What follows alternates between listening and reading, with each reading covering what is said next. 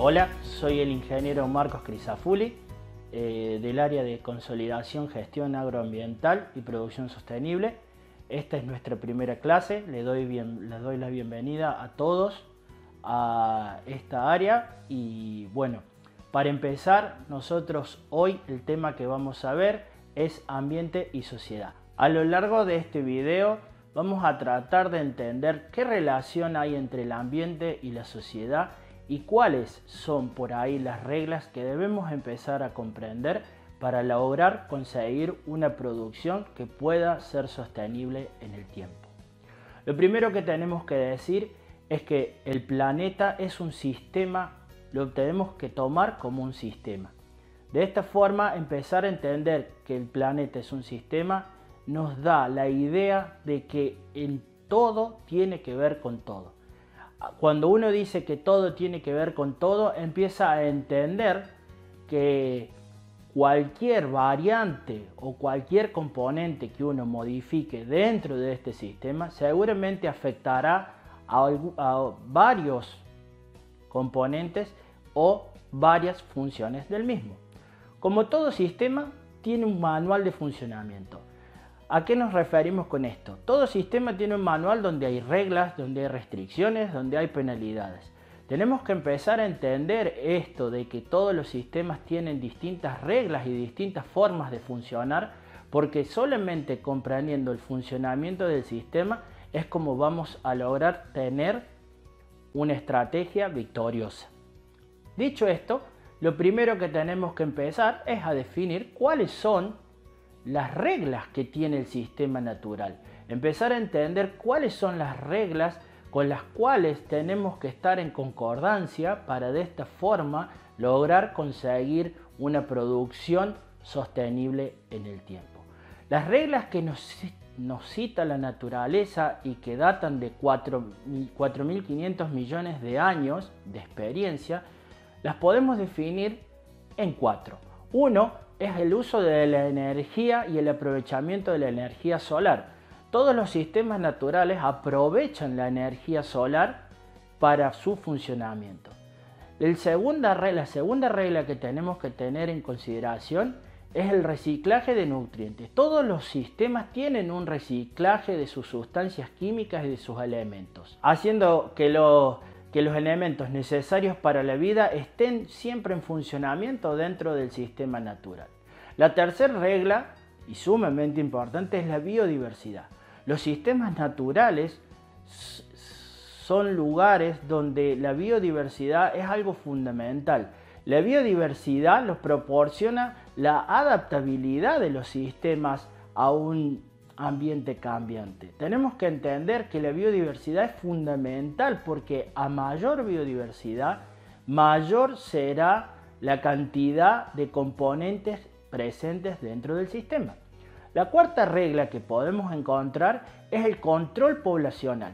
La naturaleza, en su sabiduría, realiza un control poblacional de las distintas especies, limitada a través de los insumos que estas especies pueden conseguir para continuar y crecer dentro de la naturaleza.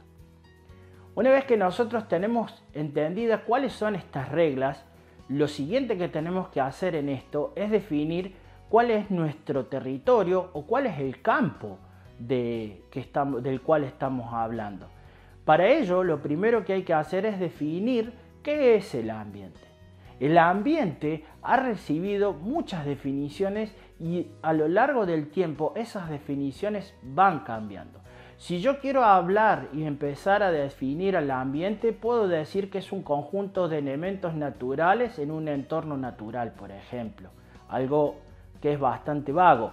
Después podemos decir que es un espacio donde hay componentes naturales y artificiales que se relacionan entre sí. Fíjense cómo uno va definiendo el ambiente y va agregando cada vez más términos y definiciones más específicas sobre lo que es el ambiente. Así llegamos a la definición que se da en las Naciones Unidas en 1972, donde habla de que es un conjunto de componentes físicos, químicos, biológicos y sociales capaces de causar efectos directos o indirectos a corto o largo plazo sobre los seres vivos y las actividades humanas. Fíjense cómo a través del tiempo al ambiente antes no se lo consideraba al hombre como una parte del ambiente. Cuando en la primaria y en la secundaria nos hablaban de los ecosistemas, lo que hablábamos sobre todo y nos hacían dibujar cualquier ecosistema, no dibujábamos la presencia del hombre, dibujábamos pájaros, dibujábamos animales, dibujábamos plantas, dibujábamos el suelo, pero nunca teníamos en consideración al hombre dentro del ambiente. Esto a lo largo del tiempo fue cambiando, al punto tal que en el 2006 surge una definición que a mi entender es una de las mejores definiciones de ambiente, donde se puede ver que dice que es un sistema global complejo de múltiples variables, interacciones, que es dinámico y que evoluciona en el tiempo, formado por sistemas físicos, biológicos, social, económico, político y cultural, en el que vive el hombre y demás organismos. En esta definición de ambiente no solo estamos contemplando al hombre como un componente más de este ecosistema, sino que agregamos la interacción que tiene el hombre tanto con el ecosistema que lo rodea, como la interacción que tiene el hombre dentro de su misma especie y cómo puede la especie humana a través de sus acciones modificar el entorno que lo rodea. Una vez definido el entorno y sus reglas, nos queda ahora definir cuáles son las concepciones que tenemos sobre el ambiente. Existen distintas ramas y distintas formas de ver este ambiente, encontrando 4 formas distintas de ver un mismo ambiente. Tenemos que lo podemos ver desde una visión analítica, donde hay conjunto de factores bióticos y abióticos que rodean al individuo. Esto es un poco la concepción que traemos desde el colegio y que nos inculcan desde pequeños, donde el individuo, la población, no está inmersa en sí, sino que es un análisis de sus componentes. Luego tenemos el ambiente como una fuente de recursos y un lugar de desechos, siendo esta una concepción de ambiente más economista y pragmática. Aquí el ser humano ve al ambiente como una fuente de recursos que nunca se van a acabar y un lugar donde puede desechar todo aquello que sobra de la producción de productos necesarios para la vida humana. Este concepto deja bastante que desear, porque si nosotros pensamos que el mundo es un lugar finito, sus recursos también deben ser finitos. Por lo tanto, no podemos pensar que nunca se van a agotar esos recursos si los usamos de forma desmedida. La tercera concepción es una concepción más romántica o pragmática. Es aquella donde muchos artistas se inspiran sobre una naturaleza que no ha sido, sobre un ambiente que no ha sido colonizado ni modificado por el hombre y que se toma como un concepto pragmático donde se utiliza para inspirar distintas fuentes como un poema o una pintura. Por último, tenemos la cuarta concepción del ambiente, que creo que es la concepción más importante que debemos tener sobre el mismo, que es la integral o holística. En esta concepción de ambiente lo que debemos entender es que somos todos parte del ambiente y que todo se relaciona entre sí. Tenemos que entender que el sistema total resulta de considerar al conjunto de las partes y sus interacciones entre sí, incluyendo las actividades humanas, como ya lo definimos como ya lo mencionamos cuando vimos la definición de ambiente del 2006. Ahora bien, ya hemos definido cuál es nuestro ambiente, cuáles son las reglas, cuál es la forma en que nosotros vemos al ambiente que nos rodea. Pero la pregunta que surge a partir de esto es: ¿cómo es la relación de la sociedad con la naturaleza? ¿Fue esta siempre igual? ¿Fue variando en el tiempo? ¿Ustedes creen que ha cambiado algo desde el comienzo? ¿Siempre fue así? ¿Siempre se depredó sin considerar la tasa de extracción que realizábamos? Cuando vemos la relación que tiene la sociedad con la naturaleza, empezamos a ver que hubo un cambio de paradigma cuando ocurre la revolución industrial de la sociedad. Si nos remontamos históricamente al 1800, cuando comienza la revolución industrial y cuando comienza el auge el avance de la industria sobre la naturaleza, encontramos que en este momento el hombre se disocia de la naturaleza.